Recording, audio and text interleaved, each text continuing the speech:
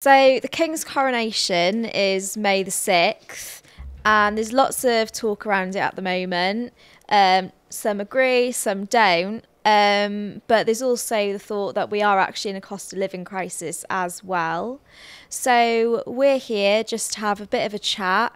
What are you doing on the weekend of May the 6th? Are you going to be having a coronation party at all? I don't think I'll be having a coronation party. That made it sound like I was way more like angry about it. No parties. I just don't think I've made any plans. I'm just sort of indifferent to the whole concept, to be honest. And that's probably not a particularly popular opinion, but yeah, I think I have some political engagements on that day. That sounds very important. I've got some political, got a couple of speeches, but they're not related to the monarchy or celebrating King Charles's ascension to the throne, if you like. I feel like in a modern 21st century society, ascension should probably be relegated to a certain corner of history. I feel like if you are in a position to have that much power, that much say, surely it should be meritocratic. So I don't know. I think for me anyway, it's one of those things where I'm just not that bothered. I'm more excited about the actual day off on the Monday than I'm actually excited. Like I'm not going to go out of my way to watch it. That was sort of what I was going to say. Yeah, I Monday, very excited for. Yeah, like that's so good. But Saturday, and I feel like if a lot of people are looking forward to the bank holiday more than celebrating this, well, for lack of a better term, geriatric, super wealthy figurehead of the British state, then I think that also shows us where the country is. People are dealing with 10% inflation, 19% food inflation, as far as I'm aware. And now they have to contend with this massive pageantry and show too. Would it be fair to say, do you think it's all a little bit outdated and just a little bit tone deaf at the moment with everything going on?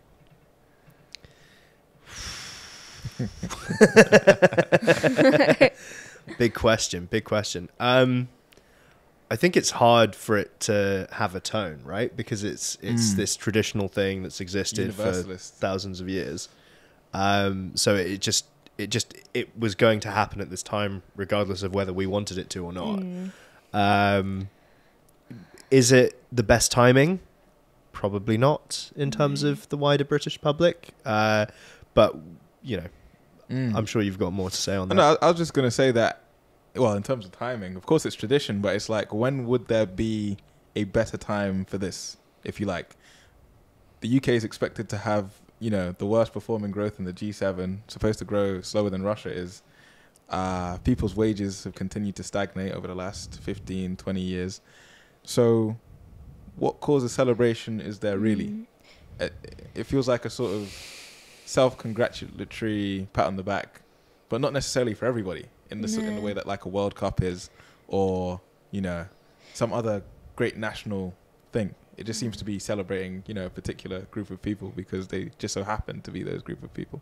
Do we know at all if they've taken into account the cost of living crisis in any way in the leading up to it? Like, are they actually making, like, okay, we've had this before, but we're not going to do that now just because of the situation? Or do they think, oh, forget it, just let's go all out? Do we know? I don't know for sure, but the decision to have it when it's happening, I think, was primarily based on it being in summer. Because they at the end of last year when the like when people are and also I think it's around the same time as the Queen did hers for the similar reason. So we always celebrated the Queen's birthday, right? And then there was also okay. But we as a country would have a national holiday on the Queen's birthday, which wasn't her actual birthday. It was the Coronation Day. So I think the idea is that they're trying to make it summer so that it's when people are more happy to go outside and stuff like that. Spring, summer. I mean, grass. Although, like, I'm not going to go out of my way to watch it on the Saturday live. Yeah. I am probably just going to have a look to see what it's like. You know, I'll catch it on iPlayer. I'll be watching the news. But It'll be on the news. Because I do think there is that thing, like, this is quite an historical event. Like, you know, we haven't seen one before. That's the last true. one was quite That's a while true. ago. 1952. So I would be interested to see what it's like. I just don't necessarily know if I wouldn't go out my way. I think that's interesting in the sense that I feel like, I'm going to see it on, the news. I'm going to see clips of it here and there. I'm going to look at people's commentary and analysis. But in a really strange way, I feel like there's a more emphasis on the fact that it's a spectacle as opposed to that it has any like substance or meaning. Well, I know a few like hardline royalists, and they are really excited for it. They're like massively hyped for it. But why? I mean, I don't empathize with it. So I don't sympathize with it. So I don't know why. But for them, it's like this massive thing. I'm just sort of playing devil's advocate with it as well. Isn't there that sense that I think there's this thing, it brings together community and this whole thing of like, you'd go onto your street and everyone brings out their tables and their chairs and stuff like that. And there's that whole, that sort of picture of all these your neighbours getting back together, national spirit. So I can sort of see it with that. I just feel like there's that big image, and then there's like your little points about how it's not actually picture perfect. I do think that it maybe not so much in London, for example, or Manchester, or in cities outside of cities. For sure, it's absolutely huge. I'm from a small town in Cheltenham, where the horse racing is, famously. And down there it's going to be huge for sure, almost guaranteed, because around that area it's a very, very particular, demographic of people, and you're going to end up with them far more like what I'm talking about is people who are. I mean, it's a conservative voting area, or has been traditionally, and if it doesn't vote Conservative, it votes Lib Dem. I'm casting massive aspersions that all Conservatives and Royalists, all of Cheltenham. I'm not going to be able to go home after this. But it's a it's a nice enough town in the countryside, and all the villages around it as well. They'll all be having street parties because that's what they do. Yeah, and do you think there's something to say then as well? Because obviously, like within these sort of towns, again, I'm not trying to make these big statements, but generally there's quite an older population within a smaller town. Do you think that plays into it? Because I don't know any of my friends that are sort of within their 20s that are arranging coronation parties. But I know quite a lot of older people who are. And I think that's why it's interesting when you spoke about the national cohesion or like the national spirit, because in a way, I think more and more, perhaps not in the past, but more and more topics around the coronation, around the royal family, Harry and Meghan, it does actually become a subject of what is the national spirit. There are more conversations about what does it actually mean to be British, what is the British state all about. And I think that intergenerational divide, and what I would also argue is a class divide, in the sense that people in these rural communities, not generalizing, of course there's poverty in rural areas, but a lot of people who are pro-monarchy also happen to have, wealth, happen to be homeowners, and happen to have disposable incomes. That shows, if you like, the divided or the fractured Britain, if you like, that has gained more visibility over the previous couple of years. I do think that we're not talking about the third group, though, right? Because you've got pro-monarchy, anti-monarchy, and those are the two sides of the coin.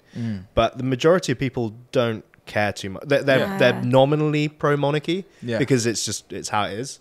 But they don't really care. And that's probably why there's a focus on the spectacle. And I think that's the quiet majority, right? Most people don't see it as a political system or a political entity. I mean, it is, but people don't see it that way, and it's not necessarily important to them on a day-to-day basis. So why bother? I'd probably sort of say that. Like, I don't really have like strong opinions. Like, I've got some opinions, but like, I wouldn't go like, get them out, all that. I'd say I'm definitely like in the middle. And again, I feel like they're the sort of people, again, that are maybe a bit more excited for the Monday that's day it, off right? than the Saturday events. And I think...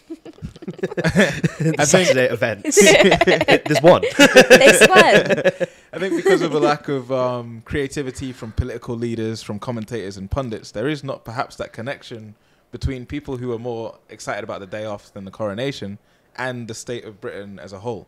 Because the argument that I would make is that part of the reason that you would be more excited for a bank holiday is probably because you're probably a bit tired from work. You probably feel like you could do with an extra day off. You probably feel like you could get some rest in. You could do all the things that people love to do, but as a result of a cost of living crisis, as a result of the broader situation in the UK, people are unable to do. So the coronation becomes an avenue, a route to enjoyment, to fulfillment of things that I think most people would argue they'd love to do every other day. That only comes down to whether or not this person ascends to the throne. Yeah. So we're going to move on to Meghan Markle and... Oh, I'd like to make one more... Was that Mike telling us to wrap it up? Oh, yeah, sure. I just realised I didn't talk about Mr. King Charles's wealth and the fact that... He looked it up specifically just for this. Yeah, 100% specifically because I think when it comes back to this bank holiday point and the fact that... Look at this, as in... King Charles can live with a bank holiday, if you like, in terms of his lifestyle, like every other day of the week, if he so decided or chose to. But you compare that with the vast majority of other people who are going to be paying for this coronation that most of them perhaps don't even care about. Most of these young people are not going to be planning their coronation parties, but the cost of it is still going to come out of their paychecks. iNews reports that £8 million to be spent on portraits for, schools and other public places. Feels a bit cultish to me, I can't lie.